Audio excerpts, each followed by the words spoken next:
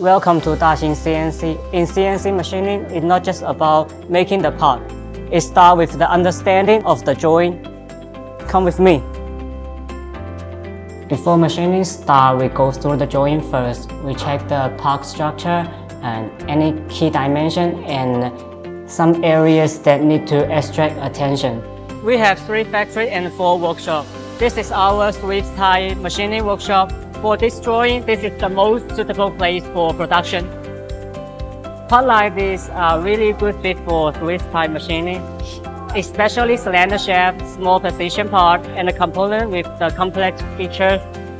It may look small, but the stability and consistency are usually high. Once the drawing is clear, the next step is the actual machining process.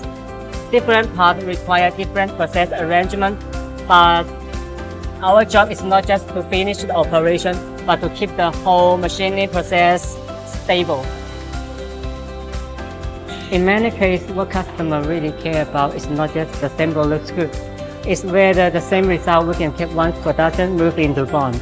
That's why we put a lot of focus on stability and consistency in production. For custom machining, delivery is not just to finish the part. It includes sorting, confirmation, identification, and package.